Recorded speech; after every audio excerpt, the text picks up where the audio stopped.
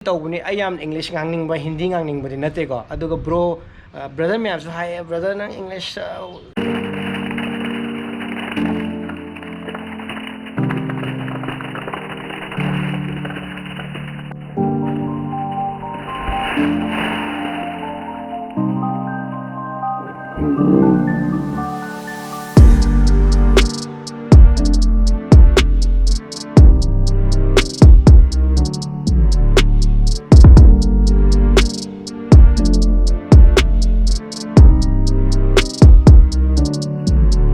Welcome back to another episode. Welcome back to another day.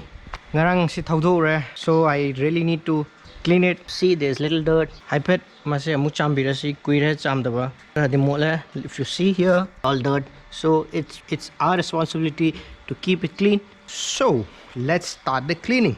Yana ba. Si haura si ko. Ekta haura.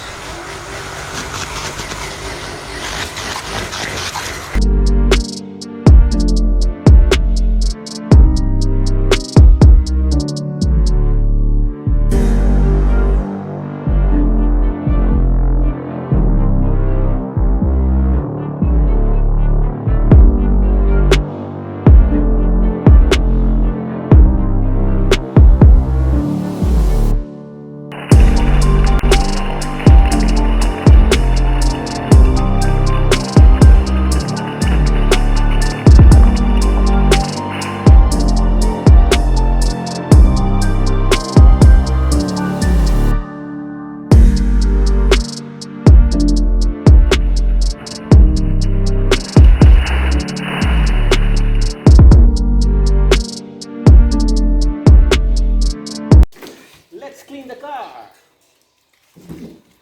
I'm going to look at this shingri. Mole. Shall I? My Java class, keep preserve. She can say. Hazardra.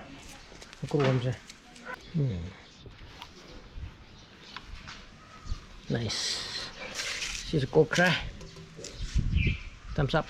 Thank you so much.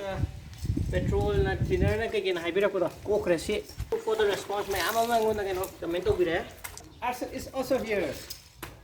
Hi. Magi exhaust silencers sisu lang eh sisu ka sing pi da mi. What are you doing today? Washing my hands. Hi. Sing pa na singan to na som na nga tao ba. Evening tea. See how the mali. This is champra, sing, tulsi, loishur. Go corona, go tongnabani. I'm enjoy to therasi matakta. Gari cham thoe lomak. Animak mashik de. Washing day vlog ta. Car so koi rasam da bike su ngarang motorcycle ngarang thawdo de sam me. Hak tham sida. And sisi kai no ne ba. Koi mo angang ina koi gi pool macha do ne si shagai ra me. Shagai di ising re koi na han ken hap do. Khore. Masi fazana photo yaro sing matana yurameba shiba yadre bujik kamba yabe phot pani kamai tawdino khangda mayam kamena to haibiro shi kamaina sidai sibu jaga se loi hore ba ko sikona sida kamenda haibiro if there's any si nappa yaba gi mong kai lege sing ani ra hum na tor lei gibni last year Amazon de ge do amon chen ba sidi pisani ra to gamta haibiro si kamai naps laga yani meanwhile sigi weather forecast sina nuksa sai Fazare yam thina fazare nong chubirak ta gari bu chamni nong churak pune do bu sari ki tangi sari ye do this is really good kitang ni inge tum jaksala ni sari sai nga sin nong dang ni ka sa tum ma ka dan So I'm sure guys regularly it's very important to clean your especially car and motorcycle regularly. I pay chathok piraga jo akoina amdre na sum thamjan ma do sum mosalakani wa do di last di chamning aro tethok ning aro aduna regularly clean thamogdi wakan sunuai jaina mayam nahan gi koi gi pelibani gi painting competition do adugi result announce tawrge mayamna yam thina keno tawbire comment tawbirapagi result at least comment tawbirapagi kanana phajai phajade at least encouragement pibirakpagi ko. Thank you so much Thank you so much. for commenting ko. Thank you so much. Mi ama ningnadi ay ni hele hai adubu mi mga taruk na de Pearl hele hai re. Yay! Aduna Pearl is the winner. She's so happy. Thank you so much to all viewers. Just kano nila koigi Pearl su drawing gi sum pamjaba ne. Drawing yek pa hai se mi mayam am hobby oi seram gani ko mi khuding ma drawing pam yek pa this mayam su leram gani it just ma chahi yam angang oi chahi 30 tangai re. This is how you start learning cause right pi ngai de kha yek pa khot pa sum haira ga di mi khuding mak su yum da su isa gi dan icha biraga su mo su no to holu drawing ye hello it's very good lockdown says one of the best kano ni ko. Even I like painting. I painting am tor me bathai na ko designing ki field si chang tingai da I started from fine art only. Fine art je am pamjaba drawing yek pa pamba sidagi edum na isa creativity edum improve tor kani ba. Papa ni ek badama malay bad. Yam le da drawing kai kai chakar khang school days college days Kaya su don si mami su.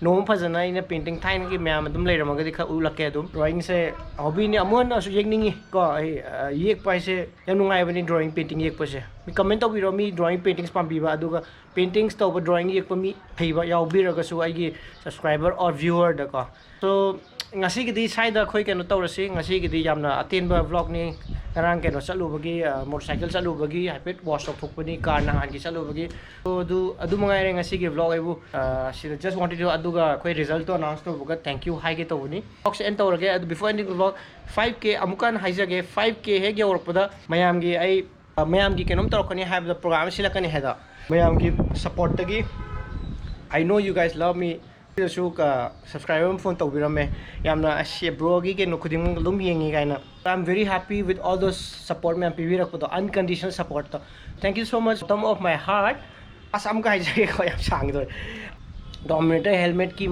review taw gi in English hindi de taw gi do kari gi no ko ai te ron taw de maram di aina wider audience ko helmet to ahamane ba manipur do review taw ba ang da atha hum mang la khibni first ore aduga in English ta or hindi de taw because mapangi audience su khangnabani da tawbuni I am English ngangning ba Hindi ngangning ba dinate ko aduga bro brother me am so hi brother nang English ron haita bra maitai ron ngang di kai gino why only adaw kari gino hi na ai maitai ron se hai ko adu ai ngang da soiba yam yawe beba soibra keno tawbra ko adu me am khara yauje aduna aina yarige English su yam haibnate ko aina mix tawra sum ngang wisi na ai sum habit sum oigi ko I am a part of the Adu Gisura Kang de Adoi. Especially, I not like them, the command, so meeting Machashi, I'm not Yamaktava. I give Marak to the Asia almost may Amarak to the 800 Gumba Oivoka. I think she made the in Palisiana. Gang with I Yamna. I'm trying my best. Pazanan Gang Navoko. Mamadum can support Opini Kangje, Tazi. Whatever as much as possible Hindi sudum hapsirake mayam adum sida support of you let's look up to wider audience ko Manipur tang khalo sima parents ke sulu khalak se ko I know koi ki ai gi yengbiraba bro fam ai audience mayam su English su Hindi se loi hebirangoni because ai ka loi hebirangoni ad appreciate of you ai the channel sida no bo ragadi subscribe tok sambiramo ngai no ai vlog mayam hapsirake so ngasi di side lo silasi team Devson the Explorer. Take care, stay safe, stay home. Stay home. Take care, stay safe and stay at home and please get vaccinated. And bye-bye for now. Take care. Good night.